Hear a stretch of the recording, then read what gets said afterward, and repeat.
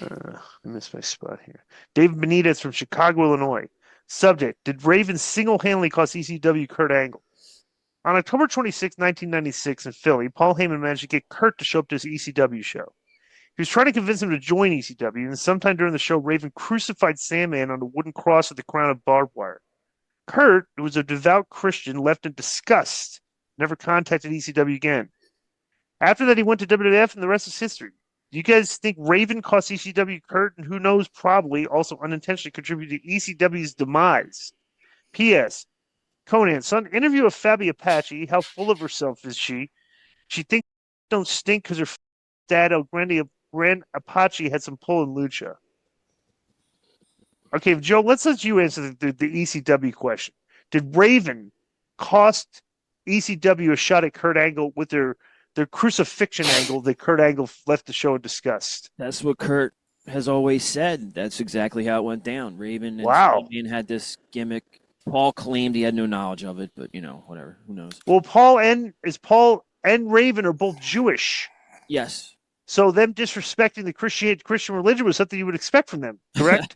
I don't know. But Interesting. Stevie Richards and Meanie weren't too pleased about being involved because they were Christian.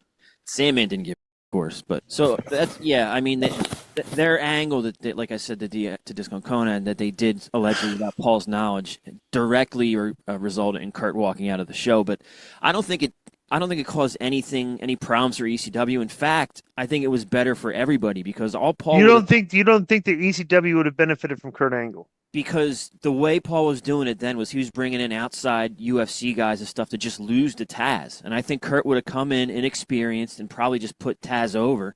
And who knows if he ever would have worked again.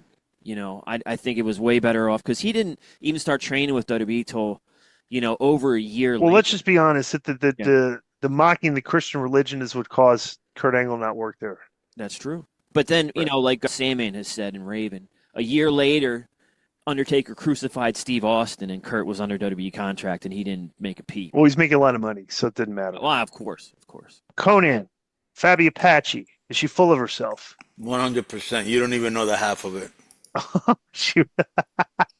Is she really? Who did she work for? Us. And she's full of her. So you're calling her out, telling her, hey, quit being so full of yourself. She's not with us anymore. Oh, interesting. Thank God, right, bro. BetOnline is the world's most trusted betting platform and your number one source for all your sports betting action. Baseball season is in full swing, and we're into the home stretch for NBA and NHL playoffs, and there's more ways to stay in on the action with the latest odds, news and scores, even live in-game betting while the games are being played, with the largest selection of odds on everything from the MLB, NHL, and UFC. And in between games, head over to the BetOnline Casino, all the top Vegas-style games, including poker and live casino action. So BetOnline, the game starts here. Okay, next is from Dale M. Fortunio. The subject is the land of make-believe. Hey, fellas. First off, keep the arguing up. That's probably the one request you will honor. Secondly, scrolling through Twitter, saw this post about max numbers and raw numbers. I've attached a nonsense screenshot here, but could someone explain to me how this number could ever be projected? Bonus question. I've been watching 2000 WCW and came to the conclusion that Scott Hudson had a really good voice for the show. What was the overall feel working with him? Did anyone ever try to bring him on for more shows post-WCW? That one WCW match on Raw was doomed for failure, but he still stood out. All the best in this. Jackson Dart will win a Super Bowl for the G-Men. No, he won't. Scott Hudson was excellent, and the only reason he couldn't do more is because he was a full-time judge. He was a probation judge and everything, and he was excellent, and he got heat with the other announcers because he told WCW he would do it for free. Right. And these guys are trying to renegotiate the contract. He was actually really good. So I'll just do it I'll do it for free. And they're like, "What are you doing?" You can't tell him that. He was Bobby Heenan over that. He was good, professional, and likable. And he was very good with Madden. They had good chemistry with each other. Yep. Okay, so so Dave still is trying to prop up this is what Dave wrote about comparing Raw with Dynamite shouldn't be done on a straight up basis. Dynamite has a huge advantage being on both television and streaming and being in about 100 million unique homes. If you add Max homes to TBS homes, you get 120 million, but roughly 20 million of them have both. Netflix is in about 77 million U.S. homes. You'll see 89 million listed because they grouped the U.S. and Canada together, but 77 million of them were in the U.S. as of November. But for total viewers, if Dynamite did 301,000 viewers on Max, it would be equal to total U.S. viewers for Raw. They're not doing 301,000 viewers on Max. That's just the silliest, you know. The difference between the streaming here, this is what Dave doesn't understand. It's still on regular television. Okay, nobody is, very few people change their viewing habit from watching the show on TV to watching it on streaming strictly because like you're watching it and this is what happens on the show. You can see Dynamite's numbers on the show. It goes up and down and stuff because people are changing the channel. Like nobody is like professional wrestling fans have not been like with the WWE. Netflix is the only way to watch the show. You have to watch it on streaming. There's no other alternative. So you're going to get like your whole audience is going to watch on streaming. But if you're going to watch on TV, they'd probably watch it on TV because that's what I do. When it's on TV, I watch it on TV. When it's recorded, like later on, I'll watch it on Max because it's easier to watch on Max. That's where you're watching the replay of it. Yeah. But the actual live show, everybody and their mother's watching on TV. Yeah, if you're a Dynamite viewer and you're a listener, hit us up and let us know what you use to watch. Because the only person I heard say they use Max, Harry uses Max. He said Dave thinks, okay, but Harry doesn't watch it live. Okay, he says he usually watches like later on.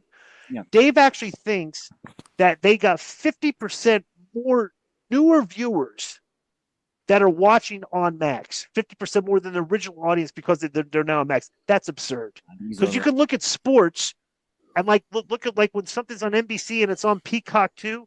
Nobody's watching. Hardly anybody's watching on Peacock. Right. That's just so common. Dave trying to analyze numbers and viewership is so ridiculous because the guy only watches wrestling. Look, at the end of the day, let's keep it a buck. I mean, they beat him in every metric imaginable. Right. Yeah. The only thing that they really do good business in, obviously they got a good money from the network, right? Right. And so, we got to put that over. But the only thing that they do good are pay-per-views. That's it. That's it. When there's a big show, they've done well. And what he does, but he alienates a lot of people because it's so long. That's why I don't watch him. Right. But plus two is like we've never relented from this.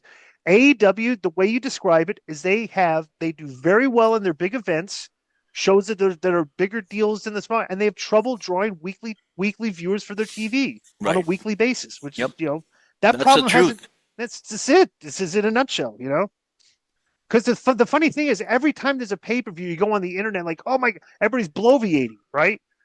Every single time, like literally every pay-per-view, there's always this like rah-rah, that they get like energy, like there's energy coming out of it. Then the weekly TV is just gets kind of boring, and 3-4 weeks of TV, then they have another pay-per-view, and it's like everybody's like all excited. Then 3-4 weeks of underwhelming television, but their TV's been a little bit better lately. Yeah, but still, they still have the basic problems that they only really draw to their big events right now. So, yo, what's up?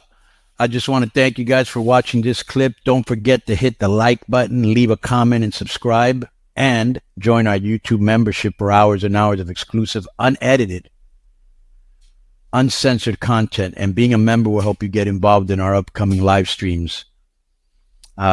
Thank you for your support. Thank you for riding with us. I know you got a lot of other podcast choices, be it wrestling or other ones.